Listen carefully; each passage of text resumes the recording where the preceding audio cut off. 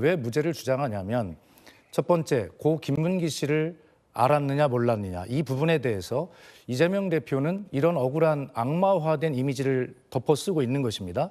어떤 것이냐면 자기가 빠져나가기 위해서 살기 위해서 자기 부하 직원도 모른다고 잡아떼는 아주 파렴치한 철면피 같은 그런 사람이다라고 하는 이미지가 이미 악마화되어 있어요.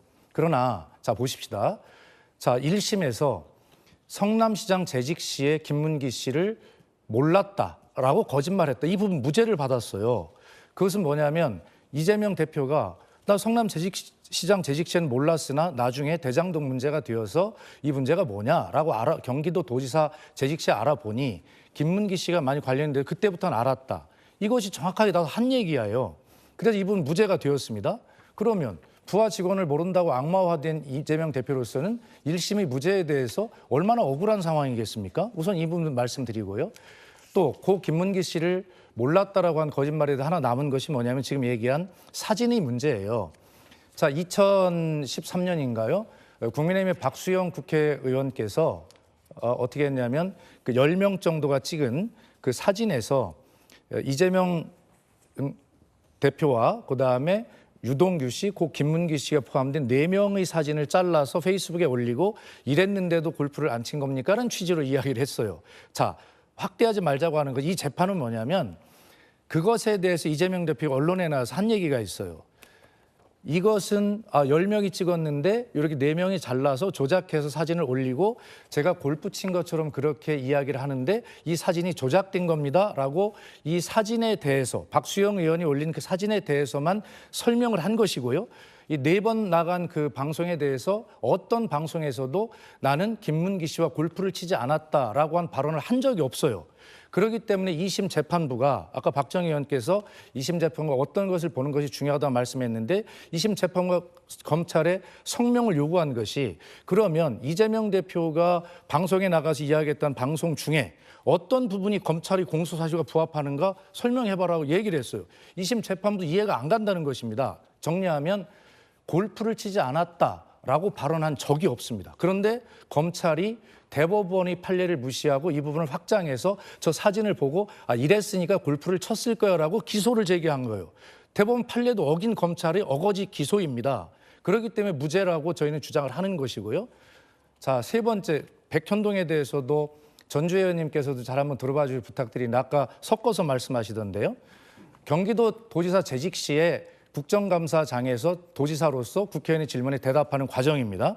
전반부 한 덩어리 발언을 합니다. 그것은 성남시에 있었던 5개 공공기관을 지방으로 혁신도시를 이전하는 부분에 설명을 하는데 그 부분에서 이재명 대표 지금 설명한 화면이 나오잖아요. 혁신도시 법에 의해서 그 의무조항에 의해서 국토부로부터 이것을 아파트를 지을 수 있는 지역으로 용도 변경해 줄 것을 요구를 받았다. 그러면서 이것을 하지 않으면 직무 유기 이런 것으로 어떻게 처리하겠다라고 하는 협박을 받았다. 이렇게 이야기를 했어요. 근데 이것은 5개 공공기관 전체에 대한 전반부의 설명이었고요. 지금 문제가 되는 검찰이 기소를 제기한 것은 바로 백현동 부지 문제 아닙니까? 근데 그것은 그 뒤에 이것과 별도로 발언이 끝난 뒤에 후반부 발언에서 이 부분에 대해서 백현동에 설명을 했는데 여기에는 협박을 받았다는 이야기를 한 적이 없어요, 지금. 앞부분에서 5개 공공기관 전체에 관해서 한 그 부분 협박을 받다 그 발언을 검찰이 떼어가지고 뒤에 있는 전혀 관련 있는 백현동 부지 여기에 협박을 받았다고 짜집기를 한 것입니다. 그래서 이 부분에 대해서도 2심 재판부가 바로 질문을 했어요. 검찰에 성명을 요구했어요. 이 부분에 대해서 어떻게 된 거냐. 공소장 변경이 지금 2가지 다 검찰이 공소장 변경을 했잖아요. 그런데 공소장 변경을 했는데 이 부분에 대해서 검찰이 뭐라고 공소장 변경을 했냐면 백현동 부지, 자 위에서 쭉 이야기를 해와서 마지막에 백현동 부지 발언을 했지만 결과적 흐름으로 볼 때 이 협박을 받았다는 것이 여기에도 해당될 것으로 본다. 이렇게 했어요.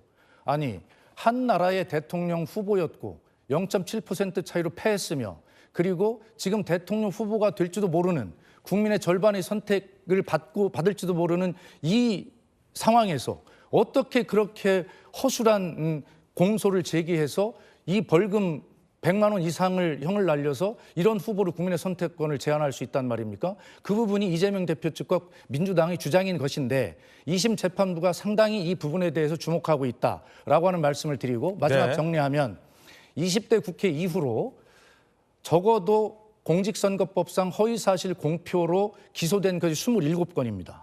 그중에 100만 원 이상의 당선 무효형을 받은 것이 몇 건인지 아십니까? 단 한 건입니다. 그리고 징역형 이상을 받는 것은 뭐냐면 당선 무효형 이상을 받는 것은 뭐냐면 거짓말 했네 안 했네 이런 것이 아니라 금품을 주고받은 이 아주 증거가 확실한 이런 중범죄에 대해서만 당선 무효형을 받았어요. 그러므로 27분의 1 이재명 대표가 당선 무효형 이상의 형을 받을 확률은 제 주장에 의하면 3.7%에 불과한 것입니다.